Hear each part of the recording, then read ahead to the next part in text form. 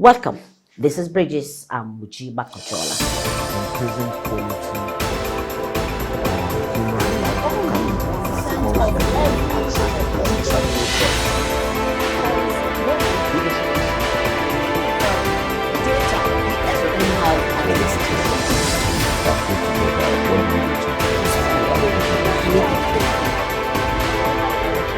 human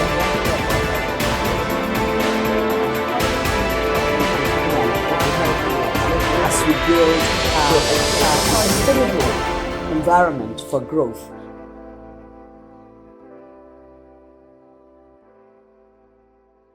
Today, on this special edition of Bridges, we are looking at Reserved Seats Bill HB 1349.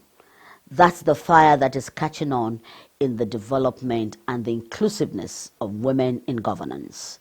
Well, the figures that we have today are nothing to write home about. 4 women at the Senate, 15 thereabout at the House of Representatives, and taking a look at even members of the House of Representatives, members of the House of Assembly, just a few women where they even exist, and even at the appointive table, just a few women, and we are called the giant of Africa, who should lead inclusiveness while others should follow. Nigerian women now are on the move, and they say what they want is a realization and the inclusiveness, the action that will make this happen.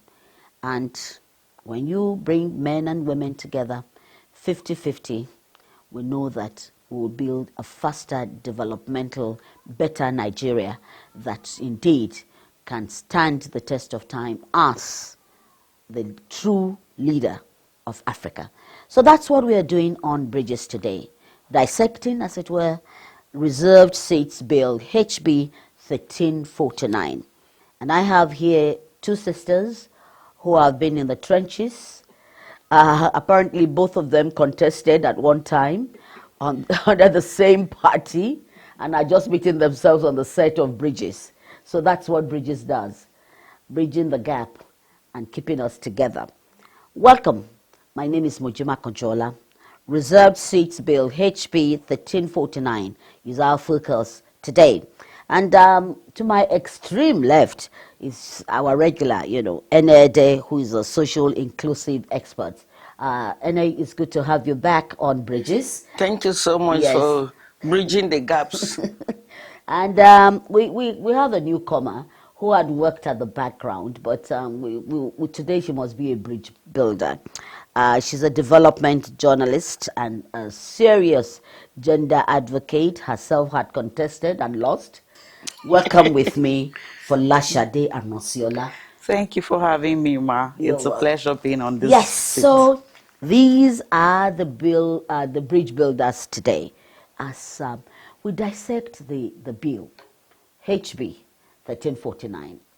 I'd like to start with you, Folashade, because this is your first time. So, and of course, as we age, we are praying that you people, you'll be the ones to carry on with us, for us, and by us all.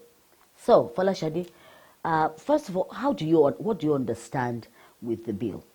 Oh, thank you, Ma. The HB 1349 is about inclusiveness, having more women at the table to be heard and to be seen. That is in the Senate, 1 per state, and FCT that is 37, because currently now we have only 4 women representative.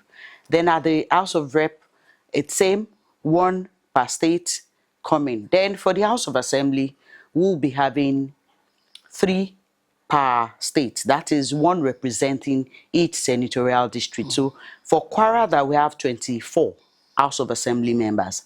3 women will be coming on board to actually give equity to what is actually on board.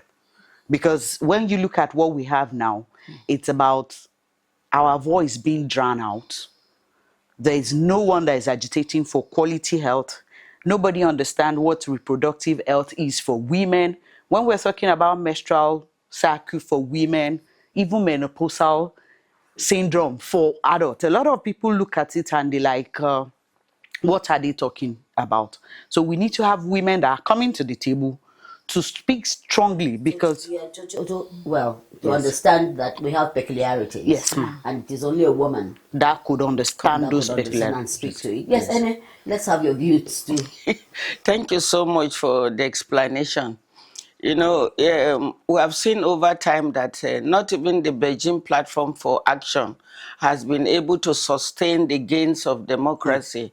That is why during President Jonathan, we had 13 women, female ministers, cabinet ministers, and now we have 7. So the expectation is that we are supposed to be increasing based on our commitments over time, that because we have provision for 50-50 in the national gender policy, what we have does not speak to the commitment we have made. So it's just mere promises. Because of that and some other reasons, especially that when we go out of the country, we realize that when we go for sub-regional meetings at the level of ECOWAS, we go to regional level, at the level of African Union, at the parliamentary meetings. When they say bring women from Nigeria, most of the time, because of the criteria they use in picking parliamentarians to represent us there, the 15 women in the House of Representatives and the 4 in the Senate sometimes don't have the chance of being taken. And in the rating, if you look at the ladder of the 49 countries who are having parliamentary government, you realize that Nigeria is 49 out of 49. So Nigeria is last at the bottom. At the global level, Nigeria is 173 out of 183. It's 178. So Nigeria is also almost at the bottom, at the level of ECOWAS, where Nigeria is a key player. Nigeria is still down the ladder. This In is terms why of inclusion, inclusion, that women are not there. When others have women up to 50%, 60%, 70%, we don't have. And that is why we came up with this bill. Not only women, the deputy speaker now came out with the bill sponsored by other women, co-sponsored by other men, to say, look, what can we do to reverse this trend? Because it's ridiculous. It doesn't sit well with us as a country. That's also okay. For the first 16 years, that is 4 electoral cycles. You know, we have 4 electoral cycles for every general election. Let us implement this and see how we can bridge it. And it's not only in Nigeria this is happening. Other countries have done it and they are doing very well. So this bill is about the prosperity of Nigeria, the sustained prosperity of Nigeria, freedom and enjoyment of everybody. It's not about women coming to rub shoulder with men. is that your view as well? Yes, it's not about favoritism or tokeism, as people like to say it, but it's about having equity, a balance in governance. Yeah. When you have 4 to 100 plus, then you ask, do they really have a voice?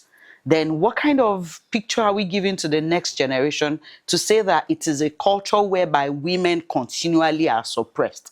That does not give a picture that is palatable when you're looking at it. Now, people would ask questions. Why do we need to have more women? When we look at it in terms of balance, it is no balance. We are not trying to compete. Rather, we want to complement them.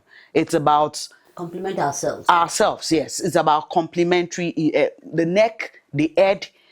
They do different kind of functions. So in areas whereby we see a gap, women come strongly into it to say, let us balance this kind of gap.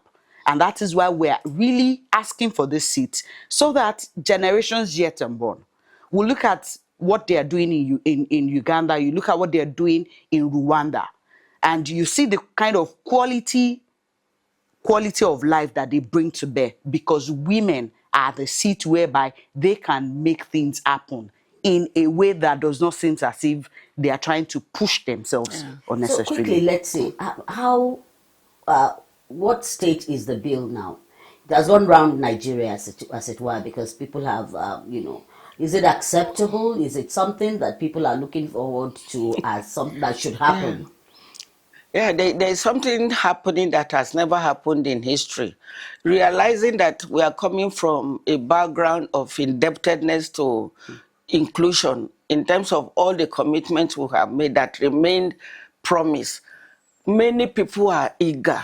Many men, women, children, persons with disabilities, even those who are not of voting age, they are very eager.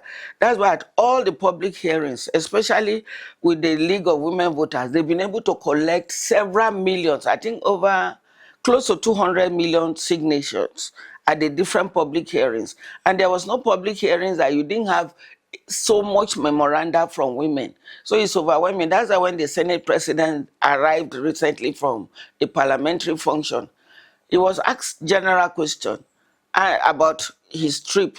And the first thing he said was that, look, we've realized that this bill, the reserve bill, the seat bill is a necessity. We are going to work on it. People were surprised. Why are you talking about? He said, I'm going to discover something. So because they are discovering the inadequacies of our systems, they've decided to give into it. A lot of people initially were afraid. Many think that their seats will be taken and added to women. No, these seats will be contested separately. INEC is working it out to see how the delineation of the constituencies will be done such that it will be easier for everybody who need to connect. And all political parties will feature only women for the reserve seats. But all other seats, nobody will tamper with them. They will still remain. And this seat, people think that it's inferior seat. No. You, one senator, you have to contest, you have to campaign in all the states. It's not a small thing. People are also afraid. What if it is like it's being given? No, it's going to be end. But I say, won't one person just get up and buy up all the seats? Say, no, it's not possible. Our eyes are open. We understand the tenets of democracy. So we'll make sure we guard this process. All other inadequacies will be taken care of. Persons with disabilities say, how would they participate? Women have never been known to eat and leave children or other people. They build in interests of other people. So everybody, every woman will be taken care of. Every woman will be taken care of. Yes.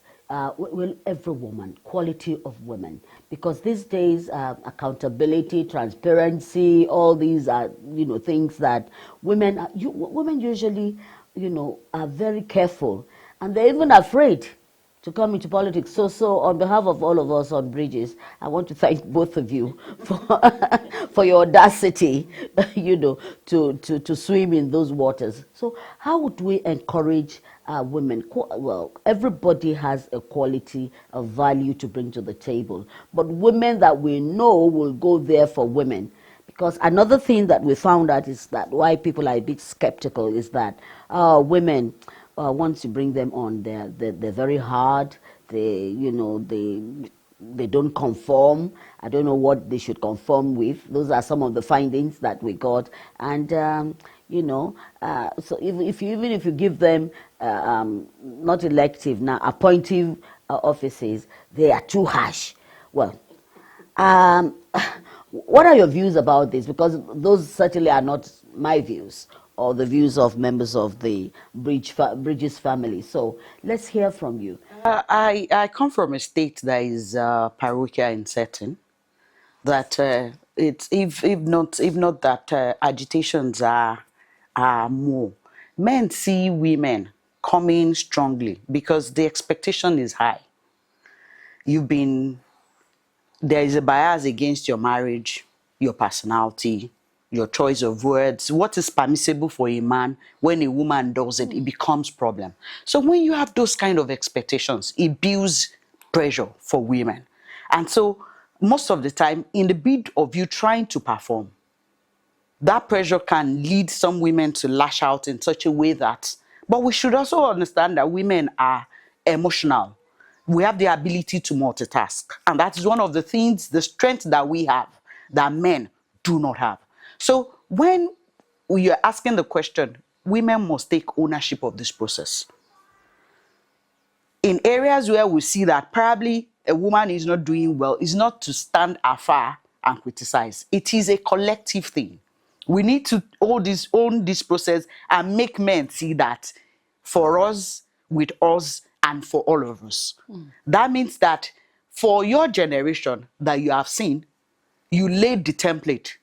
The baton gives to my generation to be a loud voice that says the legacies of our matriarchs should not be messed with.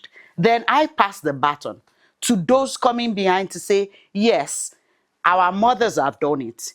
We have built on it. It is for you to do better because you have innovation, you have technology, you have creativity to do it. And so it is about collective responsibility of making this reserve bill a working document. It can be a working. Is it achievable? Is it doable? Yes. It is. I agree with my sister Folashade. And it's gratifying to know that we have a generation that is taking the baton from us. So if you don't have a successor generation, it's terrible. We want to call on both men and women who have these experiences. When they accuse women of high-handedness, because they have not been around power and they are interested in getting things well done. You, as a mother, when things are shared for a family and somebody wants to pack everything, the tendency is for you to raise the red flag or to begin to, your antenna of discipline will come up. They expect to say, no, don't do that. A mother will not do that. Having said that, there's a place for mentorship.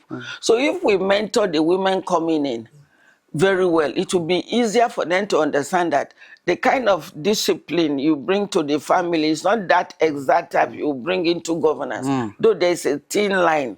So it is doable to the extent that women and men have never cooperated in history like this. That's why we are confident that all the houses of assembly, all the speakers, all the structures, both formal and informal structures will support.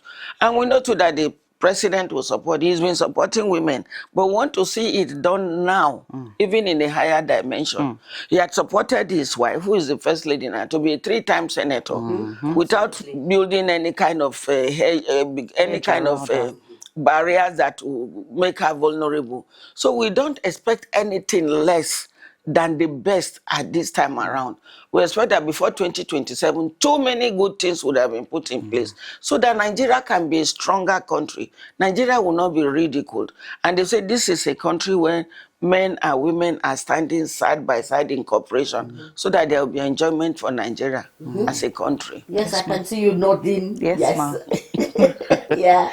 Yes, particularly in this era whereby the young women do not have people that they look up to.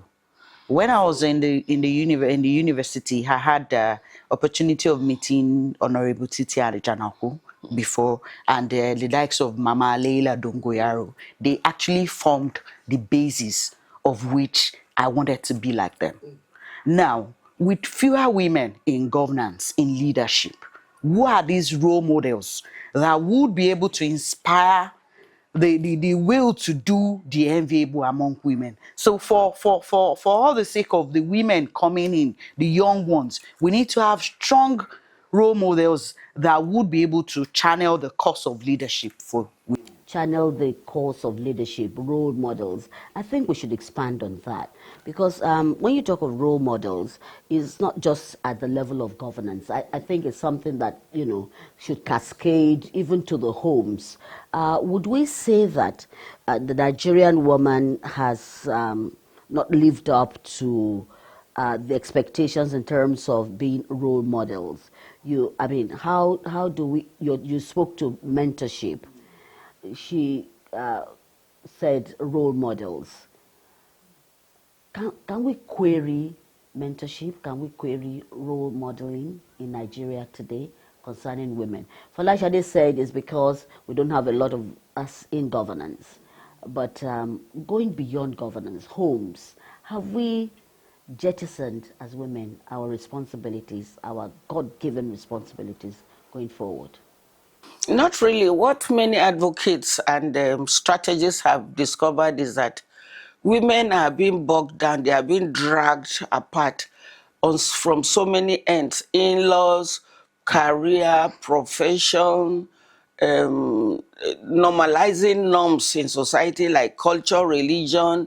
So there are so many things pursuing women, and women are pursuing to chase away so many barriers for a better society. So it gives them extra responsibility, it strains their energy mental and physical energy to the extent, including resources. The resources they don't have much of, because no woman has so much resources in Nigeria. It's men who have access to a lot of opportunities that bring in, that rake in resources. So as a result of that, you won't blame the women so much. It's the society, the system. So It's not supportive. how can we raise resources? How can we mobilize resources? Particularly, well, this bill we know that it will be an act, God willing. But so how would we now raise? What is important to raise resources? I think it's about creating synergies across board. Absolutely. Yes, when I see that where you have a lot of abundant resources, there might be a lack here. Then we bring the two together in a Building the community. bridge. Yes, bridging the bridge for women. I think that will be able to help us go a long way. Capacity building, mentorship, trainings and retrainings, and particularly the mental health. Like she said, a lot of women are burnt out. They are under so many society expectations, family expectations, even failing themselves as women. So we need to tell them that even when it is not looking like the way it should, there's still hope. And they have a community of women that they can rely on. I like the word the hope, and yes, within the context of even what this government, this administration is all about, renewed hope. So going forward, to ensure that even when this bill becomes an act, we must be able to sieve women with competencies, with confidences that can go forward and represent. A lot of times, people are also weary about people that have represented as women. So, what's your, well, I hear that. Yeah, too, it's not very easy to isolate women from what is happening in the society. It's just for us to make a determination now that we don't play politics with issues that concern life. So we must bring in quality people, not bring in people who are loyal to us, or people who are, we just think that will not perform well so that we can discredit the bill. We can do it well for once. We can do it well. Yes, ma'am. Quality over quantity. I think that is what will be the Quality watchword. over quantity. Well, okay, as we round up on this special edition of Bridges, let's hear your final words. Let's start from, I call her Mommy Ene. Yeah, I think we have a history. We have before. History beckons us to take the move, to make the move, to take an action that will put us on the higher pedestal of engagement globally. We must not disappoint ourselves. Folashade? Yes, for me, the baton will be passed to my generation, and I hope it that I do well, so that in the next 4 circles, 16 years, we would have more women, and there's going to be a balance in the house of in the So house. it's not just about these reserved seats, but that more women are needed to be on that table that shapes the development of this country. And well, what I'm hearing from my sisters here is that it is doable. And this is our own contribution from Bridges. We know it is doable. The reserved seats, HB 1349, must come alive. And for you there, for all the supporters of this bill, we say we're together. The men, the he for she's, and of course all the women in the trenches. Thank you for all you do. Together we'll build a stronger, sustainable Nigeria. Thank you for coming, Ede and Folashade. I'm sure this conversation will continue, so we'll have you again. Well, that's all time will permit on Bridges today. Thanks for watching. We'll be back. Let's hear from you, your thoughts, and that way we'll be able to to build a sustainable bridge going forward for our lovely, great country, Nigeria.